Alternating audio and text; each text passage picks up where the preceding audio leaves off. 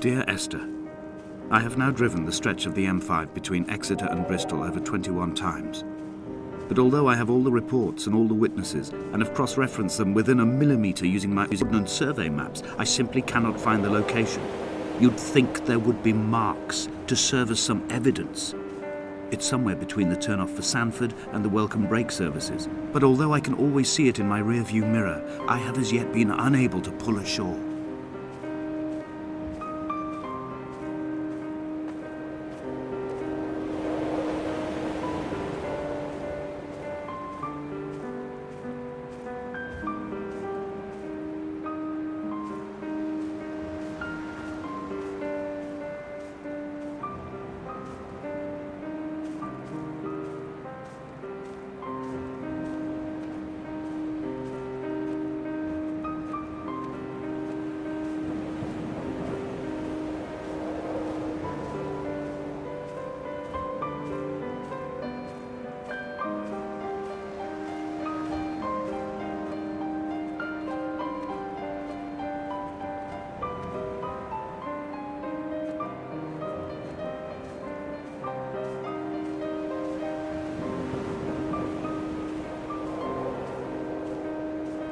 I had kidney stones, and you visited me in the hospital. After the operation, when I was still half submerged in anesthetic, your outline and your speech both blurred.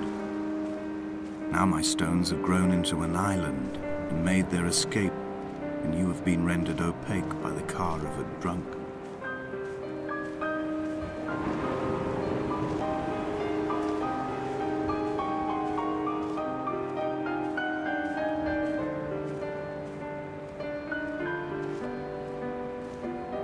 What charnel house lies at the foot of this abyss? How many dead shepherds could fill this hole?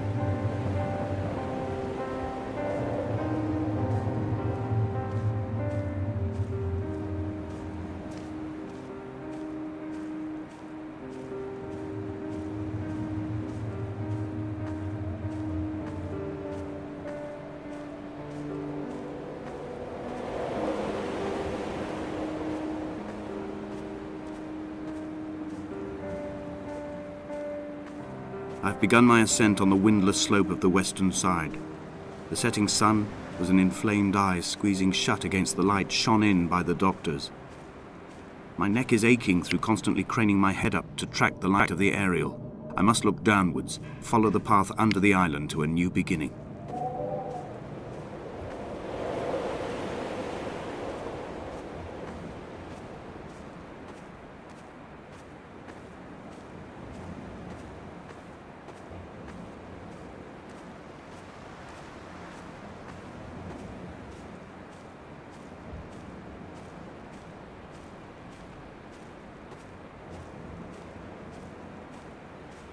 The bothy was constructed originally in the early 1700s.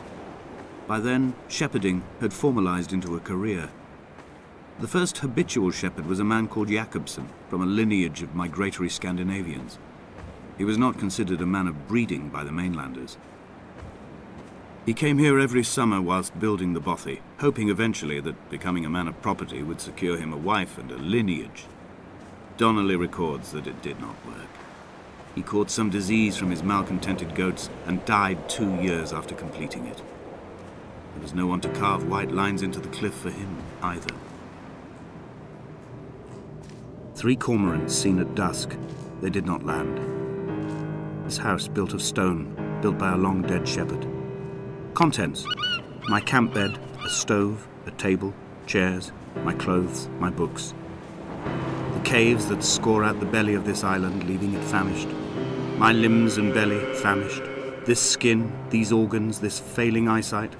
When the battery runs out in my torch, I will descend into the caves and follow only the phosphorescence home.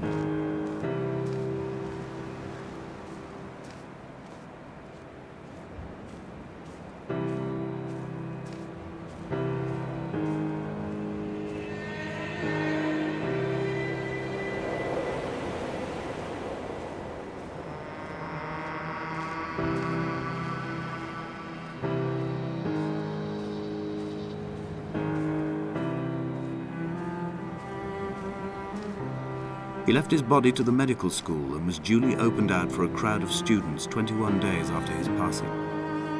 The report is included in my edition of his book.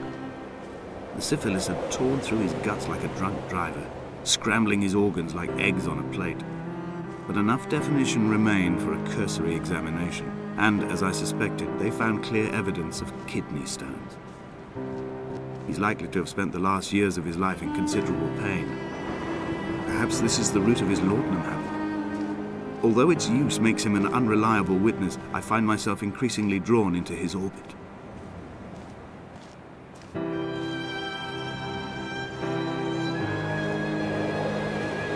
They found Jakobsen in early spring.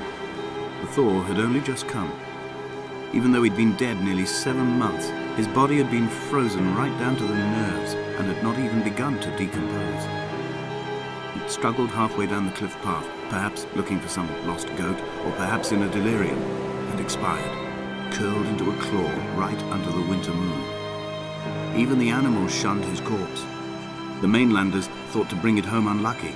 Donnelly claims they dragged it to the caves to thaw out and rot, but he is proving an unreliable witness.